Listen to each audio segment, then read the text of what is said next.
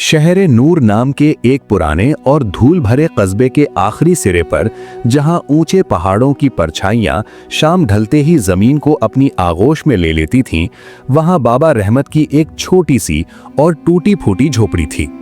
बाबा रहमत की उम्र ढल चुकी थी और वक्त की गर्द ने बाबा रहमत के चेहरे पर झुर्रियों की एक ऐसी दास्तान लिख दी थी जिसे पढ़ने वाला हर शख्स बाबा रहमत की मशक्कत और सब्र को महसूस कर सकता था। बरसों पहले जब बाबा रहमत की शरीके हयात जुबैदा इस दुनिया से रुखसत हुई, तो बाबा रहमत की दुनिया जैसे वीरान सी होकर रह गई। अब इस बूढ़े वजूद के पास अपनी तन्हाई से लड़ने के लिए सिर्फ चंद पुरानी यादें और खजूर के पत्तों से टोकरियां बुनने का हुनर ही बचा था। बाबा रहमत का जिस्म अब पहले जैसा तवाना नहीं रहा था। हड्डियां बोझ उठाने से कतराती थीं और उंगलियां पत्तों को मोड़ते वक्त कांपने लगती थीं। सर्दियों का मौसम दस्तक दे रहा था और ठंडी हवाएं झोपड़ी की दरारों से अंदर आकर बाबा रहमत के जख्मी घुटनों में मीठा मीठा दर्द जगा देती थीं। बाबा रहमत रोजाना सुबह सादिक के वक्त उठते, अपनी पुरानी चटाई लपेटते और कस्बे के करीब मौजूद खजूर के बागों की तरफ निकल जाते। वहां से गिरे हुए पत्ते जमा करना और फिर उन्हें अपनी झुकी हुई कमर पर लाद कर वापस लाना बाबा रहमत के लिए किसी बड़ी जंग से कम न था। दिन भर टोकरियां बुनने के बाद जब सूरज ढलने लगता, तो बाबा रहमत अपनी इन मामूली सी चीजों को लेकर कस्बे के बाजार की तरफ रुख करते। वहां जाकर बाबा रहमत अपनी टोकरियां बेचते, मगर बदले में मिलने वाले चंद सिक्के बमुश्किल एक वक्त की सूखी रोटी और थोड़े से नमक के लिए काफी होते। एक रात जब आसमान पर काले बादलों का पहरा था और बिजली की कड़क ने पूरे कस्बे को दहला रखा था, बाबा रहमत अपनी झोपड़ी के कोने में बैठे छत से टपकते पानी को देख रहे थे। कमर का दर्द आज इस कदर शिद्दत इख्तियार कर चुका था कि बाबा रहमत के लिए करवट लेना भी मुहाल था। बाबा रहमत के दिल में एक ख्याल बार बार दस्तक दे रहा था कि अब ये कमजोर जिस्म और ज्यादा बोझ नहीं उठा पाएगा। बाबा रहमत को किसी ऐसे साथी की जरूरत थी जो बाबा रहमत का बोझ बांट सके, जो इस बुढ़ापे की ढलान पर बाबा रहमत का सहारा बन सके। बाबा रहमत ने अपनी झोपड़ी के फर्श के एक कोने से मिट्टी हटाई, जहां एक छोटा सा मिट्टी का घड़ा दबा हुआ था। इस घड़े में बाबा रहमत की उम्र भर की जमा पूंजी थी। जब बाबा रहमत ने उस घड़े को खाली किया, तो उसमें से चांदी के कुछ पुराने दरहम और तांबे के जंग आलूद सिक्के निकले। बाबा रहमत ने हसरत भरी निगाहों से उन सिक्कों को देखा और फैसला कर लिया कि अगले दिन जानवरों के बाजार जाकर कोई सहारा तलाश करेंगे। अगली सुबह जब सूरज की पहली किरण ने शहर नूर की पहाड़ियों को छुआ, तो बाबा रहमत अपने पुराने जूतों को घसीटते हुए कस्बे के मशहूर मवेशी बाजार की तरफ चल दिए। बाजार में अजब ही चहल पहल थी। हर तरफ व्यापारियों की चिल्लाहटें, ऊंटों की बिलबिलाहट और घोड़ों की हिनहिनाहट का एक शोर बरपा था। अमीर सौदागर रेशमी लिबास पहने अपने कीमती जानवरों की नुमाइश कर रहे थे। बाबा रहमत अपने फटे हुए कुर्ते और जर्द चेहरे के साथ भीड़ को चीरते हुए आगे बढ़ रहे थे। जब भी बाबा रहमत किसी अच्छे और तवाना जानवर के करीब जाते और मालिक से उसकी कीमत पूछने की हिम्मत करते, तो जानवर का मालिक बाबा रहमत को सर से पांव तक देखता और हिकारत से हंसने लगता। लोग बाबा रहमत को वहां से ये कहकर भगा देते कि ऐसा फकीर तो जानवर की रस्सी खरीदने की भी हैसियत नहीं रखता। बाबा रहमत का दिल टूटने लगा था। मायूसी बाबा रहमत के चेहरे पर साया करने लगी थी। जब बाबा रहमत थक हार कर बाजार के आखिरी कोने की तरफ पहुंचे, तो बाबा रहमत की नजर एक बीमार और मरियल से ऊंट पर पड़ी। उस ऊंट की हालत देखकर किसी का भी कलेजा मुंह को आ जाए। ऊंट का जिस्म हड्डियों का ढांचा बन चुका था, खाल जगह जगह से उधड़ी हुई थी और ऊंट अपनी एक टांग पर जोर नहीं दे पा रहा था। ऊंट की आंखों में एक अजीब सी बेबसी और उदासी थी, जैसे ऊंट अपनी मौत का इंतजार कर रहा हो। बाबा आहिस्ता आहिस्ता उस ऊंट के करीब गए। ऊंट ने अपनी गर्दन घुमाई और बाबा रहमत की आंखों में झांका। बाबा को ऐसा महसूस हुआ जैसे वो बेजबान जानवर बाबा रहमत से अपनी जिंदगी की भीख मांग रहा हो। बाबा ने कांपते हुए हाथों से ऊंट के मालिक को पुकारा। ऊंट का मालिक, जो एक मोटा और बदमिजाज शख्स था, तंजिया अंदाज में मुस्कुराया और कहने लगा कि अगर बाबा रहमत के पास चंद तांबे के सिक्के हैं तो ये चलती फिरती लाश ले जा सकते हैं, वरना वो इस ऊंट को ज़िबह करके आवारा कुत्तों के आगे डालने वाला था। बाबा ने बिना किसी बहस के अपनी पोटली खोली और उम्र भर की सारी कमाई उस जालिम शख्स के हाथ पर रख दी। लोग ये मंजर देख रहे थे। बाजार के बड़े बड़े ताजिर, जिन्होंने अपनी उंगलियों में सोने की अंगूठियां पहन रखी थीं, बाबा रहमत के गिर्द जमा हो गए। पूरे बाजार में कहकहों का एक तूफान उमड़ पड़ा। कोई बाबा रहमत को दीवाना कह रहा था तो कोई ये कह रहा था कि ये बूढ़ा आदमी अपना बुढ़ापा इस लंगड़े जानवर के साथ और ज्यादा मुश्किल बनाने वाला है। बाबा रहमत ने लोगों की जहरीली बातों की तरफ कोई तवज्जो नहीं दी। बाबा रहमत ने खामोशी से ऊंट की रस्सी पकड़ी और उसे पुचकारते हुए बाजार से बाहर की तरफ ले आए। लोग पीछे से फप्तियां कस रहे थे, मगर बाबा रहमत के दिल में एक अजब सा सुकून था। बाबा रहमत ने उस ऊंट का नाम बरकत रख दिया। जैसे ही बाबा रहमत कस्बे की मरकजी सड़क पर पहुंचे, बरकत ने अचानक अपने कदम रोक दिए। बाबा रहमत ने रस्सी खींचने की कोशिश की, मगर बरकत पत्थर की तरह अपनी जगह जम गया। बाबा रहमत ने ऊंट के कान में सरगोशी की कि घर का रास्ता उस तरफ है, मगर बरकत ने अपना सर दूसरी तरफ फेर लिया। वो रास्ता पथरीला था और वीरान पुराने किले की तरफ जाता था। पुराने किले का रास्ता सदियों से बंद पड़ा था। कस्बे के बुजुर्ग कहा करते थे कि वहां जाना मौत को दावत देने के बराबर है। वहां कांटों वाली झाड़ियां और खौफनाक सन्नाटा राज करता था। बाबा रहमत ने बरकत को रोकने की बहुत कोशिश की, मगर उस कमजोर और लंगड़े ऊंट की आंखों में आज एक अजब सी चमक और जिद थी, जैसे कोई अनदेखी ताकत बरकत को उस वीरान रास्ते की तरफ खींच रही हो। बाबा की हिम्मत जवाब दे रही थी, मगर बाबा को डर था कि अगर बरकत को अकेला छोड़ा तो जंगली दरिंदे इसे फाड़ खाएंगे। मजबूरन बाबा ने भी उसी खतरनाक रास्ते पर कदम बढ़ा दिए। सूरज अब ढलने लगा था और लंबी परछाइयां चट्टानों पर डरावनी शक्लें बना रही थीं। रास्ता बेहद ऊबड़ खाबड़ था। नुकीले पत्थर बाबा के पुराने जूतों को चीरकर तलवों में चुभ रहे थे। कांटों भरी झाड़ियों ने बाबा के कुर्ते को और भी ज्यादा तार-तार कर दिया था। बरकत अपनी लंगड़ाहट के बावजूद एक ऐसी फुर्ती से चल रहा था जो उसकी हालत के बिल्कुल उलट थी। बाबा का सांस फूल रहा था और प्यास से गला खुश्क हो चुका था। अचानक बाबा का पांव एक फिसलन भरी चट्टान पर पड़ा और बाबा मुंह के बल जमीन पर आ गिरे। बाबा के घुटने से खून बहने लगा और दर्द की एक लहर पूरे जिस्म में दौड़ गई। बाबा उस वीरान वादी में जमीन पर बैठे फूट फूट कर रोने लगे। बाबा को खुद पर और अपनी किस्मत पर गुस्सा आ रहा था। बाबा सोच रहे थे कि शायद ये ऊंट बाबा की मौत का पैगाम बनकर आया है। वो सारी जमा पूंजी जो बाबा ने तिल तिल करके जोड़ी थी, अब वो जाया हो चुकी थी। बाबा ने आसमान की तरफ देखा और फरियाद की कि क्या बाबा के मुकद्दर में यही जिल्लत लिखी थी। बरकत आहिस्ता से बाबा के करीब आया और अपना सर बाबा के कंधे पर रख दिया। ऊंट की गर्म सांसें बाबा के गालों को छू रही थीं, जैसे बरकत बाबा को दिलासा दे रहा हो कि सफर अभी बाकी है। बाबा ने अपनी आंखों के आंसू पोंछे और ऊंट की आंखों में देखा। वहां अब डर नहीं, बल्कि एक यकीन था। बाबा ने दीवार का सहारा लिया और दोबारा खड़े होने की कोशिश की। रात की स्याही अब पूरी वादी को ढकने लगी थी। वापस जाने का रास्ता अब नामुमकिन हो चुका था, क्योंकि अंधेरे में खंदकों का पता नहीं चलता था। बाबा ने तय किया कि अब जो भी होगा वो बरकत के साथ ही होगा। बाबा ने अपना मामला अपने परवरदिगार के हवाले कर दिया और दोबारा उस लंगड़े ऊंट के पीछे चल पड़े। जैसे जैसे वो आगे बढ़ते गए, पहाड़ की दीवारें तंग होती गईं। रास्ता इतना तंग हो गया कि बाबा और बरकत मुश्किल से दीवार से रगड़ खाते हुए गुजर पा रहे थे।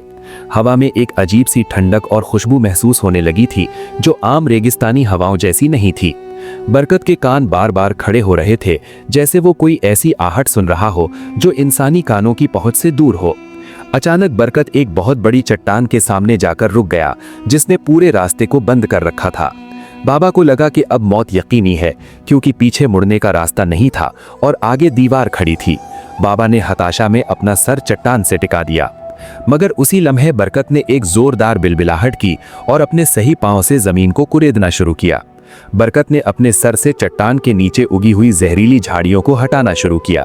बाबा ने देखा कि झाड़ियों के पीछे एक छोटा सा सुराख नुमाया हो रहा है। बाबा ने अपनी लाठी से झाड़ियों को पूरी तरह साफ किया तो वहां एक पुरानी सुरंग का मुहाना नजर आया। बरकत ने बाबा रहमत की तरफ एक गहरी नजर डाली और खुद उस सुरंग में दाखिल होने की कोशिश करने लगा। बाबा का दिल जोर जोर से धड़क रहा था। क्या इस सुरंग के अंदर कोई बला रहती है या ये किसी डाकू का ठिकाना है? मगर बरकत की पुरसुकून आंखों ने बाबा के खौफ को कम कर दिया। बाबा घुटनों के बल रेंगते हुए उस अंधेरी सुरंग के अंदर दाखिल हो गए, जबकि बरकत को बाहर ही छोड़ना पड़ा, क्योंकि सुरंग बहुत तंग थी। अंदर का अंधेरा ऐसा था कि हाथ को हाथ सुझाई नहीं दे रहा था। बाबा दीवारों को टटोलते हुए आगे बढ़ते रहे। कुछ दूर जाने के बाद हवा का एक ठंडा झोंका बाबा के चेहरे से टकराया और दूर कहीं से एक हल्की सी नीली रोशनी नजर आने लगी। बाबा की धड़कनें और तेज हो गईं। जैसे ही बाबा उस सुरंग के दूसरे सिरे पर पहुंचे, बाबा की आंखें फटी की फटी रह गईं। बाबा एक ऐसी छोटी सी ढकी हुई वादी के दहाने पर खड़े थे जिसकी दीवारों से सोना और कीमती धातें इस तरह चमक रही थीं जैसे आसमान के सारे सितारे जमीन पर उतर आए हों। बाबा को अपनी आंखों पर यकीन नहीं आ रहा था। बाबा ने बार बार अपनी पलकें झपकी कि कहीं ये भूख और प्यास की वजह से होने वाला कोई वहम तो नहीं, मगर वो चमक असली थी। वादी के फर्श पर सोने के टुकड़े इस तरह बिखरे पड़े थे जैसे दरख्तों से सूखे पत्ते गिरते हैं। वो लंगड़ा ऊंट जिसे पूरा बाजार मौत का मुंतजिर कह रहा था, बाबा को दुनिया के उस खजाने तक ले आया था जिसका तसव्वुर भी किसी बशर ने नहीं किया होगा। बाबा बेइख्तियार सजदे में गिर पड़े और शुक्र के आंसू बाबा की सफेद दाढ़ी को तर करने लगे। बाबा समझ गए कि ये ऊंट कोई आम जानवर नहीं, बल्कि बाबा का सब्र का सिला था जिसे खुदा ने बाबा की मदद के लिए भेजा था। अभी बाबा इसी हैरत में डूबे थे कि अचानक वादी के दूसरे कोने से एक अजीब सी सरसराहट सुनाई दी। बाबा का दिल एक पल के लिए सहम गया। क्या इस खजाने का कोई रखवाला भी है? बाबा ने आहिस्ता से अपना सर उठाया और उस आवाज की तरफ देखा। शहर नूर की उस खामोश और पुरअसरार वादी में बाबा रहमत को लगा जैसे धड़कनें गले में आकर अटक गई हों। वो सरसराहट जो दूर किसी झाड़ी या चट्टान के पीछे से आई थी, बाबा रहमत के जिस्म में एक अजीब सी लहर दौड़ा गई। बाबा रहमत ने अपनी लाठी को मजबूती से थामा और अपनी बूढ़ी आंखों को सिकोड़कर उस तरफ देखा जहां से आवाज आई थी, मगर वहां कोई साया नजर नहीं आया। शायद वो हवा का कोई झोंका था जो वादी की इन संकरी दीवारों से टकराकर एक अजब सी सदा पैदा कर रहा था। बाबा रहमत ने एक लंबी सांस ली और अपना ध्यान दोबारा उस अजीम खजाने की तरफ लगाया जो बाबा रहमत के कदमों में बिखरा पड़ा था। सोने की वो चमक इतनी तेज थी कि बाबा रहमत की धुंधली आंखों को चौंधिया रही थी। बाबा रहमत ने झुककर सोने का एक छोटा सा टुकड़ा उठाया।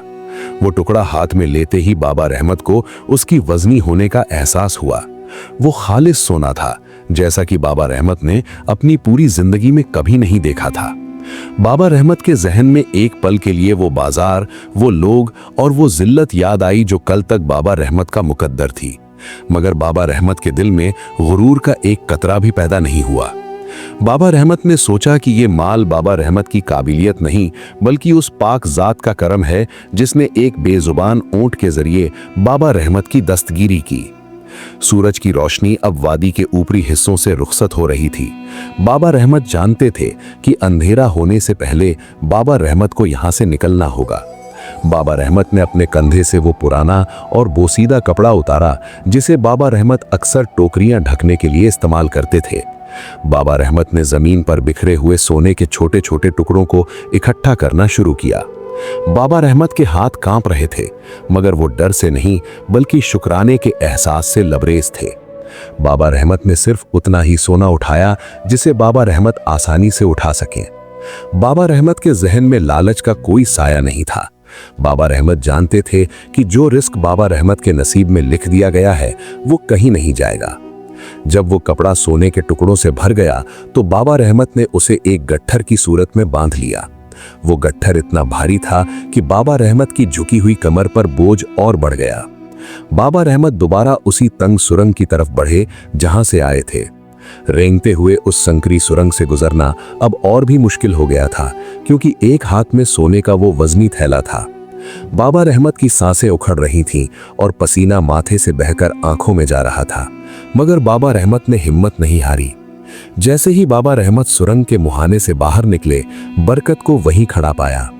बरकत अपनी जगह से 1 इंच भी नहीं हिला था। वो लंगड़ा ऊंट अपनी एक टांग उठाए खामोशी से आसमान के तारों को देख रहा था। जैसे ही बरकत ने बाबा रहमत को देखा, ऊंट ने आहिस्ता से अपनी गर्दन झुकाई। बाबा रहमत ने बरकत के चेहरे को अपने हाथों से छुआ और बड़े प्यार से कहा कि आज बरकत ने बाबा रहमत की तकदीर बदल दी है। बाबा रहमत ने वो सोने का थैला बरकत की पीठ पर रखा और उसे पुरानी बोरियों और सूखी झाड़ियों से इस तरह ढक दिया कि किसी को शक भी ना हो कि अंदर क्या है। वापसी का सफर शुरू हुआ। रात की तारीकी शहर नूर के पहाड़ों पर पूरी तरह छा चुकी थी। वही रास्ता जो आते वक्त पहाड़ जैसा मुश्किल लग रहा था, अब बाबा रहमत को फूलों की सेज जैसा महसूस हो रहा था। बाबा रहमत के पांवों के जख्म अब दर्द नहीं दे रहे थे। बरकत भी बड़े इत्मीनान से चल रहा था, जैसे बरकत को मालूम हो कि वो अपनी पीठ पर बाबा रहमत की इज्जत और खुशहाली का बोझ उठाए हुए है। रात के पिछले पहर बाबा रहमत अपने उस कच्चे और टूटे फूटे घर के सामने पहुंचे। बाबा रहमत ने खामोशी से बरकत को अंदर बांधा और सोने का वो थैला झोपड़ी के एक महफूज कोने में छुपा दिया। अगली सुबह जब शहर नूर का बाजार अपनी पूरी रौनक के साथ खुला तो बाबा रहमत दोबारा वही नजर आए। वही फटे हुए कपड़े, वही पुरानी लाठी और वही लंगड़ा ऊंट बरकत।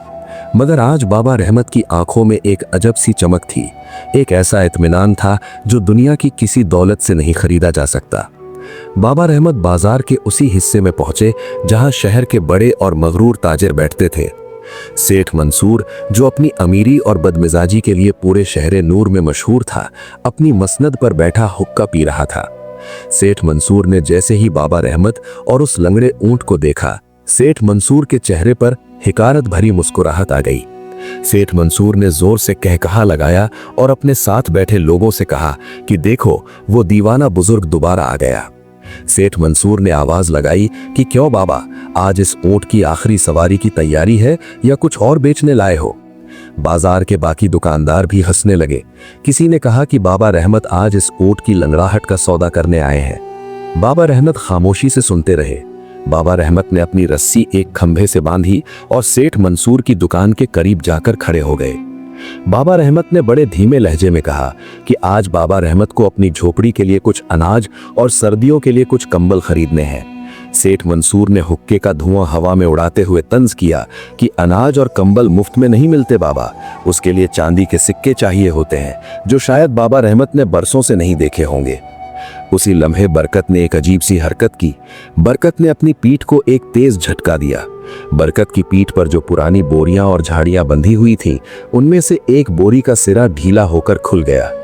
जैसे ही वो बोरी खुली, उसमें से सोने की एक बड़ी और डली उछलकर सेठ मंसूर के कदमों में जा गिरी। वो डली सुबह की धूप में इस तरह चमकी कि सेठ मंसूर की आंखें फटी की फटी रह गईं। बाजार में अचानक जैसे सन्नाटा छा गया। सेठ मंसूर ने कांपते हाथों से वो सोने की डली उठाई और उसे दांतों से दबाकर परखा। वो खालिस सोना था। अभी सेठ मंसूर कुछ कह पाते कि बाबा रहमत ने झुककर बरकत की पीठ से एक और थैला निकाला और उसे सेठ मंसूर की मेज पर उलट दिया। सोने के टुकड़ों की खनक ने पूरे बाजार को अपनी गिरफ्त में ले लिया। लोग अपनी दुकानें छोड़कर बाबा रहमत के गिर्द जमा हो गए। वो ताजिर जो कल तक बाबा रहमत को फकीर समझकर झिड़क रहे थे, आज उनके चेहरे का रंग उड़ा हुआ था। सेठ मंसूर की जबान जैसे गूंगी हो गई थी। सेठ मंसूर को समझ नहीं आ रहा था कि एक मामूली टोकरियां बुनने वाला बुजुर्ग इतना मालदार कैसे हो गया। बाबा रहमत ने नरम लहजे में कहा कि इंसान को कभी किसी की गुर्बत का मजाक नहीं उड़ाना चाहिए, क्योंकि रिस्क के दरवाजे कब और कैसे खुलेंगे ये सिर्फ वो पाक जात जानती है। बाबा रहमत ने सेठ मंसूर से कहा कि बाबा रहमत को अब किसी चीज की जरूरत नहीं, मगर वो सारा सोना वो उन लोगों के लिए खर्च करेंगे जो शहर नूर में बेसहारा और भूखे हैं। पूरे बाजार में बाबा रहमत के नाम का शोर मच गया। लोग बरकत को हैरत और रश्क की निगाहों से देख रहे थे। वही लंगड़ा ऊंट अब लोगों की नजरों में एक मुकद्दस जानवर बन चुका था, मगर बाबा रहमत के दिल में अभी भी वही सादगी थी। बाबा रहमत ने बाजार से जरूरत का सामान लिया और बाकी सोना शहर के यतीमों और बेवाओं में बांटने का हुक्म दे दिया। मगर शहर नूर के कुछ लालची ताजिरों के दिलों में हसद की आग भड़क उठी थी। उन्हें लगा कि बाबा रहमत ने जरूर कोई पुराना खजाना ढूंढ निकाला है। सेठ मंसूर और उसके कुछ साथियों ने रात के अंधेरे में बाबा रहमत का पीछा करने का एक खतरनाक मंसूबा बनाया। उन्हें यकीन था कि अगर वो बाबा रहमत के पीछे पीछे जाएंगे तो वो भी उस सोने की कान तक पहुंच जाएंगे। उन्हें क्या मालूम था कि जिस रास्ते पर बाबा रहमत का ईमान और सब्र ढाल बना था, वहां लालच और हसद का अंजाम क्या होने वाला था। उस रात जब बाबा रहमत अपनी झोपड़ी में इबादत में मसरूफ थे, सेठ मंसूर और उसके हथियारबंद साथी साए की तरह झाड़ियों में छुपकर बाबा रहमत के निकलने का इंतजार कर रहे थे। मगर सेठ मंसूर की हवेली में चिराग अब भी जल रहे थे। सेठ मंसूर के दिल में हसद की एक ऐसी आग भड़की थी जो सेठ मंसूर को चैन से बैठने नहीं दे रही थी। सेठ मंसूर ने अपने वफादार नौकरों और शहर के कुछ और लालची सौदागरों को इकट्ठा कर लिया था। इन लोगों के पास बेहतरीन नस्ल के तेज तर्रार घोड़े और मजबूत खच्चर मौजूद थे। इन सौदागरों का ख्याल था कि जिस रास्ते को एक मामूली और लंगड़ा ऊंट बरकत पार कर सकता है, वहां ये तवाना जानवर पलक झपकते ही पहुंच जाएंगे। सेठ मंसूर बार बार अपनी लंबी मूंछों को ताव दे रहा था और साथियों को समझा रहा था कि बाबा रहमत ने जरूर कोई पुरानी और भूली बिसरी सुरंग तलाश की है जहां सदियों पुराना खजाना छुपा है। जैसे ही चांद बादलों की ओट में छुपा, सेठ मंसूर और इन सौदागरों की टोली खामोशी से शहरे नूर के पिछले दरवाजे से बाहर निकल गई। इन लोगों ने अपने चेहरों को ढांप रखा था ताकि कोई पहचान न सके। सेठ मंसूर सबसे आगे था। इन लालची लोगों के जहन में सिर्फ सोने की वो चमक थी जो बाबा रहमत ने बाजार में दिखाई थी। ये लोग उस रास्ते की तरफ बढ़े जहां से बाबा रहमत और बरकत को आते देखा गया था।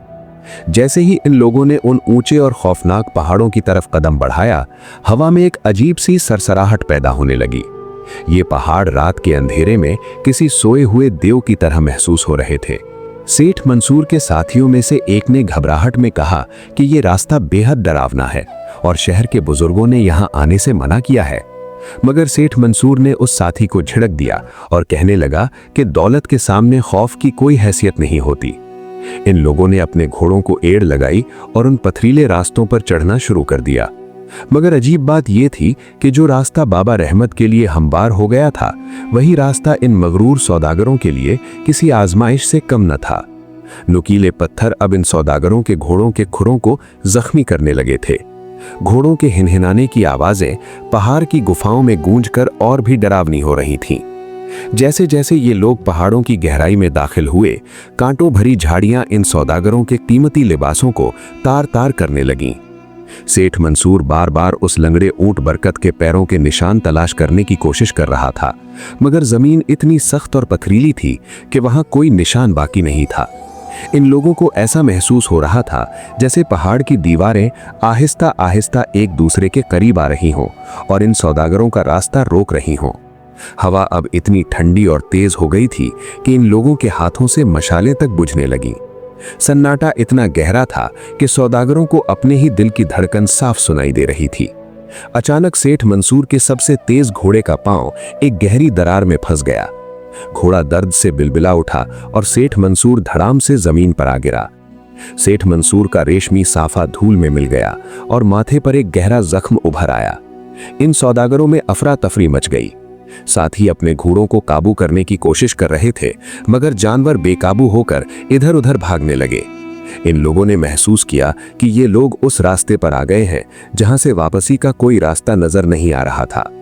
चारों तरफ सिर्फ ऊंची चट्टानें और खौफनाक खाइयां थीं। सेठ मंसूर गुस्से और दर्द से पागल हो रहा था। सेठ मंसूर ने अपने साथियों को हुक्म दिया कि चाहे जो हो जाए पीछे नहीं हटना है।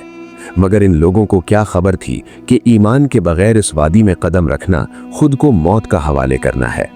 जो पहाड़ बाबा रहमत के लिए एक रहनुमा बन गए थे, वही पहाड़ अब इन लालची लोगों के लिए दुश्मन की तरह खड़े थे। इन सौदागरों की बसीरत जैसे छीन ली गई थी। इन लोगों को वो छोटी सी सुरंग और वो शगाफ कहीं नजर नहीं आ रहा था जहां से बाबा रहमत अंदर दाखिल हुए थे। ये लोग घंटों तक एक ही जगह गोल गोल घूमते रहे। ऐसा लग रहा था जैसे कोई जिन या रूह इन लोगों को भटका रही हो। रात का पिछला पहर आ चुका था। इन सौदागरों की हालत अब बाबा रहमत से भी बदतर हो चुकी थी। प्यास और भूख ने इन लोगों की हिम्मत तोड़ दी थी। तभी झाड़ियों में से कुछ चमकती हुई आंखें नजर आने लगीं। जंगली भेड़ियों का एक झुंड इन मगरूर सौदागरों को घेर चुका था। घोड़ों ने डर के मारे छलांगे मारनी शुरू कर दी और कई सौदागर खंदकों में जा गिरे। सेठ मंसूर अपनी जान बचाकर एक ऊंची चट्टान पर चढ़ गया, मगर वहां भी जहरीले सांपों की सरसराहट ने सेठ मंसूर के खून को सुखा दिया। इन लोगों ने महसूस कर लिया कि यह सोना इन लोगों के मुकद्दर में नहीं लिखा है। दूसरी तरफ शहरे नूर में सूरज की पहली किरण के साथ ही बाबा रहमत की झोपड़ी के बाहर लोगों का तांता लगा हुआ था। बाबा रहमत ने आज सुबह ही ऐलान कर दिया था कि वो सोने का सारा माल शहर के गरीबों के नाम कर देंगे। बाबा रहमत ने खुद अपने हाथों से अनाज के थैले उठाए और बस्ती के उस हिस्से की तरफ चल दिए जहां यतीम और बेवाएं रहती थीं। बाबा रहमत का वो पुराना और लंगड़ा ऊंट बरकत अब फूलों और कीमती चादरों से ढका हुआ था। लोग बरकत को चूम रहे थे और बाबा रहमत के हाथ चूमकर दुआएं दे रहे थे। बाबा रहमत ने अपनी इस नई जिंदगी में भी सादगी का साथ नहीं छोड़ा। बाबा रहमत ने एक बहुत बड़ी पनाहगाह बनाने का काम शुरू किया जहां मुसाफिरों को मुफ्त खाना और बिस्तर मिल सके। शहरे नूर की तकदीर बदल रही थी। बाबा रहमत की सखावत ने उन लोगों के दिलों को भी पिघला दिया था जो कल तक सिर्फ दौलत की पूजा करते थे। मगर बाबा रहमत के दिल में एक ही बात थी कि ये सब कुछ उस लंगड़े जानवर की वजह से मुमकिन हुआ है जिसे लोग जलील समझते थे। बाबा रहमत ने बरकत के लिए एक बहुत बड़ा और हवादार अस्तबल बनवाया, जहां बेहतरीन रेशमी घास और साफ पानी का इंतजाम था। बाबा रहमत खुद रोजाना बरकत की मालिश करते और ऊंट के जख्मी पांव पर मरहम लगाते। अब बरकत की लंगड़ाहट भी काफी हद तक कम हो चुकी थी, जैसे बरकत को भी अपनी वफादारी का इनाम मिल गया हो। तकरीबन 3 दिन बाद शहरे नूर के फाटक पर कुछ साए नजर आए। ये वही मगरूर सौदागर थे जो बड़ी शान से सोना लेने निकले थे, मगर अब इन लोगों की हालत देखकर कोई पहचान न सकता था। कपड़े फटे हुए, चेहरे धूल से अटे हुए और जिस्म पर अनगिनत जख्म। सेठ मंसूर को 2 लोग सहारा देकर ला रहे थे, क्योंकि सेठ मंसूर के दोनों पांव पहाड़ों की चोट की वजह से बेकार हो चुके थे। इन सौदागरों के कीमती घोड़े और खच्चर गायब थे और ये लोग अपनी जान बचाकर खाली हाथ वापस लौटे थे। शहर के लोग इन सौदागरों की हालत देखकर हैरान थे। जब इन लोगों को बाबा रहमत के पास ले जाया गया तो बाबा रहमत ने हिकारत की जगह हमदर्दी से इन लोगों को देखा। बाबा रहमत ने सेठ मंसूर के जख्मों पर खुद पट्टी बांधी और उन्हें दूध पिलाया। सेठ मंसूर की आंखों में शर्मिंदगी के आंसू थे। सेठ मंसूर ने कांपती आवाज में पूछा कि बाबा रहमत को वो रास्ता कैसे मिल गया जिसे ये तवाना और सेहतमंद लोग तलाश न कर सके। बाबा रहमत ने मुस्कुराकर जवाब दिया कि रिस्क का ताल्लुक पैरों की ताकत से नहीं बल्कि दिल की नीयत से होता है। बाबा रहमत ने कहा कि खुदा कभी कभी नजात की कुंजियां उन हाथों में थमा देता है जिनका लोग मजाक उड़ाते हैं। सेठ मंसूर ने बाबा रहमत से माफी मांगी और अपनी सारी दौलत बाबा रहमत के कदमों में रख दी ताकि उसे भी नेक कामों में इस्तेमाल किया जा सके। शहर नूर अब वाकई नूर का शहर बन गया था। बाबा रहमत का नाम अब वली और सखी के तौर पर लिया जाने लगा था। मगर असली कहानी तो अब शुरू होने वाली थी। बाबा रहमत को एक रात ख्वाब में वो नीली वादी दोबारा नजर आई, मगर इस बार वहां सोने के साथ साथ एक बहुत पुराना संदूक भी रखा था। बाबा रहमत को लगा जैसे वो वादी बाबा रहमत को दोबारा बुला रही है, मगर किसी और मकसद के लिए। अगली सुबह बाबा रहमत ने बरकत को तैयार किया। लोगों ने पूछा कि क्या बाबा रहमत दोबारा खजाना लाने जा रहे हैं। बाबा रहमत ने सिर्फ इतना कहा कि खजाना तो मिल चुका, अब हकीकत की तलाश बाकी है। बाबा रहमत और बरकत एक बार फिर उन पहाड़ों की तरफ रवाना हुए, मगर इस बार बाबा रहमत अकेले नहीं थे। शहरे नूर का एक छोटा सा यतीम बच्चा जो बाबा रहमत को दादा कहता था, बाबा रहमत के साथ ऊंट पर सवार था। बाबा रहमत उस बच्चे को वो सबक सिखाना चाहते थे जो किताबों में नहीं मिलता। जैद एक छोटा सा यतीम बच्चा था जिसकी दुनिया बाबा रहमत की कहानियों और बरकत की वफादारी के इर्द गिर्द घूमती थी। जैद की आंखों में आज एक अजब सा तजस्सुस था, क्योंकि बाबा रहमत ने कल रात जैद को उस नीली वादी और पुराने संदूक के बारे में बताया था। बरकत ने अपनी गर्दन मोड़ी और जैद की तरफ देखा, जैसे ऊंट भी इस नए मुसाफिर का इस्तकबाल कर रहा हो। बाबा रहमत ने अपनी लाठी उठाई और शहरे नूर की खामोश गलियों से गुजरते हुए फिर से उन्हीं पहाड़ों का रुख किया जहां बाबा रहमत की तकदीर बदली थी। रास्ता आज भी वही पथरीला और उबड़ खाबड़ था, मगर बाबा रहमत के कदमों में आज एक अजीब सी रफ्तार थी और बरकत की लंगड़ाहट अब बिल्कुल खत्म हो चुकी थी। जैद ने बाबा रहमत का हाथ पकड़ते हुए पूछा कि क्या उस वादी में वाकई इतना सोना है कि पूरा शहर अमीर हो जाए। बाबा रहमत ने मुस्कुराकर जैद के सर पर हाथ रखा और कहा कि असली खजाना वो नहीं होता जो जेबें भर दे, बल्कि वो होता है जो रूह को सुकून दे। बाबा रहमत ने जैद को समझाया कि दौलत का बोझ उठाना आसान है, मगर उस दौलत को हजम करना और अल्लाह की राह में खर्च करना असली आजमाइश है।